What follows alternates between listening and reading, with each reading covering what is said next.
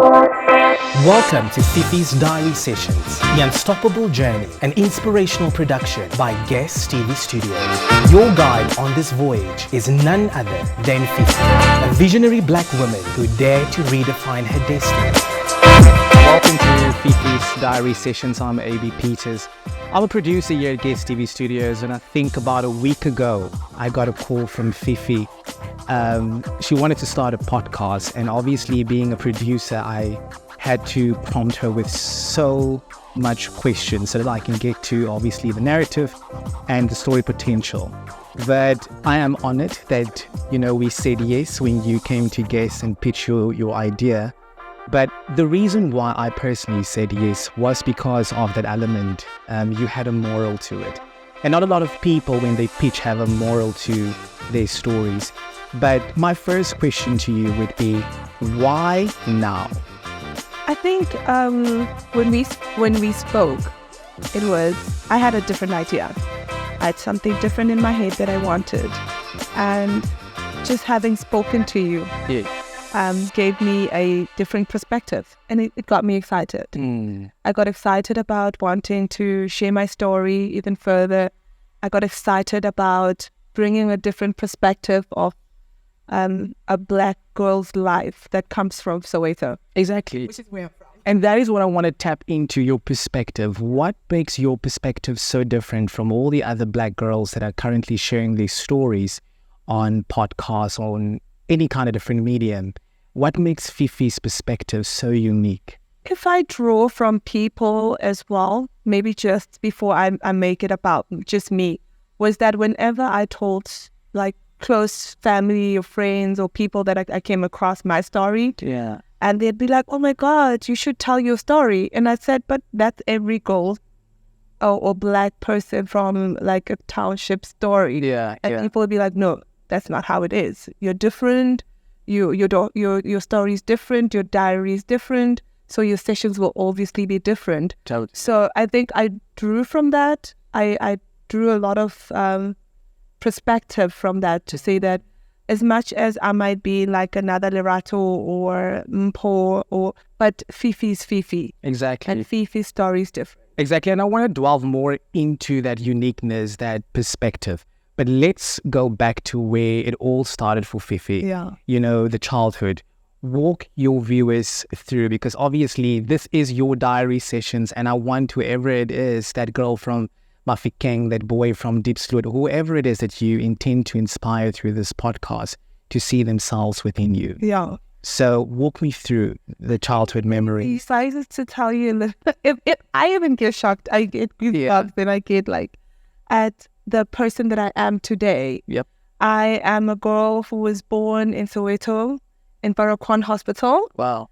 And unfortunately for me, my journey is not very smooth. It's not like a picket fence or white picket fence life. Totally. So we all have those. Yes. So I lived in different homes all my life until I became an adult. So my journey has always been about adjusting in other people's lives.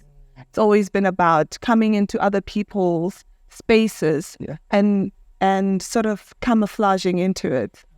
I've never had to, or maybe only now in my life, where my identity is developing. Even as I grow older, I start to find the things that make me happy.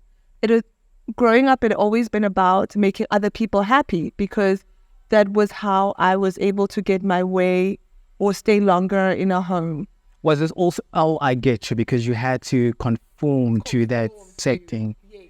Different homes, but why? Why different homes? Where were your parents? Did you grow up with both your parents? I'm the firstborn to my mother, and I know my mom always tells me this, that when she had me, she felt the pressure, because she was 25 years old, and in the township back in the days, when you had a child at a certain age, you would always be referred to as somebody who cannot bear children. Wow. So she didn't have the fruit of bearing. So I think for her, it was just to prove a point, to say that I can be a mother. And now here's this child. What do I do with this child now? So she didn't really know what to do with me. And I think it was also, I mean, I am a Christian and I believe in God, and there's generational curses. And I feel like what happened to my mother had happened to her mother. So my mother really didn't know best. So there was this generational pathology that was happening. Okay, and that's why you constantly had to adjust and conform. And would you say that also kind of triggered you with identity issues? Absolutely. Having to, not have a stable home. Absolutely. And that happened in my childhood. I saw the reflection of my childhood in my mother's eyes as well. I saw how the way I grew up was identical or somewhat similar to how my mom grew up as well. So she also grew up without a home. She lived in different homes. She had to adjust. She had to be the person that helped everybody, even if she didn't have the strength to, so that she can feel, she can fit into them, So, like you say, it was always just about trying to fit into the picture of this different homes that I lived in. I get you. So started out, Soweto, born, raised Soweto. Obviously, your life looks totally different right now. How did we get here? What was the image, the drive, the inspiration that guided? I tell you now, I don't know. I don't have the answer to it. That is, I think, part of the reason of doing this podcast for me was so that I can say that for a child that lived her life every day just to survive and not knowing, I was not a big dreamer. Even now, when I dream, I have to Yeah. But I still, I know you say you don't know, but what propelled you to not to dream, like you said, you're not a big dreamer, but what propelled you to work so hard? I mean, you could have maintained the generational pathology, get a house in Soweto. Not that I'm speaking down on Soweto as a community, because I mean, there's so many beautiful homes as well, but you could have still stayed there, but you chose a different suburb, a different zone within Johannesburg. Why and what propelled you? No, that's another thing. I was moved. It was another move. It was another move to another family. That's how I ended up in Midrand. I didn't end up in Midrand because I was ready to say, okay, I need to be by myself. It was somebody needed help. And who else to ask for help? Who's always available? Fifi. And I was always available and willing to help. But there's still something that didn't make you go back to where you came from. Because I always say we're not products of our environments, but products of our expectations. So you clearly had a very high expectation for Fifi's life. And I still want to know what that was. I think when I lived in Midrand, I started seeing the world differently. I started seeing that Soweto is not the all and end of me. I started working even more. That's when the dreams started coming into place. And maybe also I was growing a bit older. So the older I grew, the older I realized that, there'll be a time where I need to have my own space. Exactly. I started really appreciating space at that point in my life, even though I was living with other people. So now my drive was that, could I have my own space? Is it possible? And when it became possible, it was like, it actually is possible. And how did that all fall into place? How did that puzzle come to life? I think it just made sense. It just made sense to work. Yeah. It just made sense to say, okay, I can make a little bit of money. I can move into a little smaller space. I have beautiful friends that accommodated me even at difficult times. I could mention them by names, and they know themselves. Yeah. I appreciate them, and I appreciate everything they had done for me. Some relationships fell out, obviously, but some, even though I don't speak to them every day or I don't speak to them at all, I hold them very dearly because they were able to accommodate me in those difficult times when I was trying to find myself as Refilwe or Fifi, who is now branching out by herself. I get you. You know. I get you. So it was a journey that I did not prepare myself for, but it was a journey that was it was automatically just coming. It was coming to life. Would you say those expectations that I know you, like you said, you're not a big dreamer, but the expectations that you had when you were still living in Soweto, do you think you have fulfilled some of them currently? I believe so. Absolutely, I believe so. Because I think one of the reasons why I say that is that when I left Soweto when I left Soweto initially, I didn't move straight to Midrand. I moved to my aunt's house, and I think I lived there for like 6 months or 7 months. Amazing. May soul rest in peace. So when I was there, it was a different environment again. And there were beautiful things that I learned there that I started wanting for myself when I was there, because I had my cousins who were around the same age as me, who had a different way of looking at life. And they also just involved me in that journey of their life. I get you. So it was really nice to see have a different perspective. So that's how the journey for me of trying to discover things about myself that I could appreciate later, it came about. So when I left Soweto and moved to Katlehong, and then from Katlehong to Midrand, there were a lot of things that I took from Soweto with me to Katlehong, from Katlehong to Midrand, that I always hold with me dearly, even till date. Wow. So I wouldn't say that specifically in Soweto, when I was in Soweto, there were things that I dreamt of. I didn't know better. I was just a girl who was going to school, my brother used to, I love my brother. So my brother was the first person who used to give me, lunch money.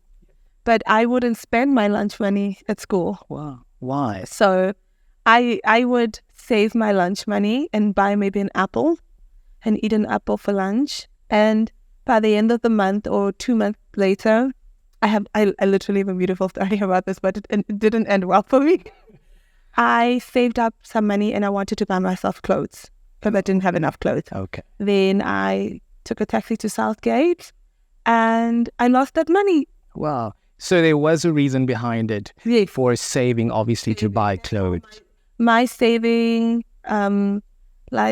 capabilities till date came from that time. Wow. I've always been a savvy person who's like, if I don't need it, I can live without it, then it's okay. Exactly. I can save that money. So it's always been something that I carried with me. Yeah. So what I like about you, obviously you've lived quite, I would say, a full life. Yeah. I know you're still growing and, growing into whatever it is that you intend to become. But I still want to know where you are right now.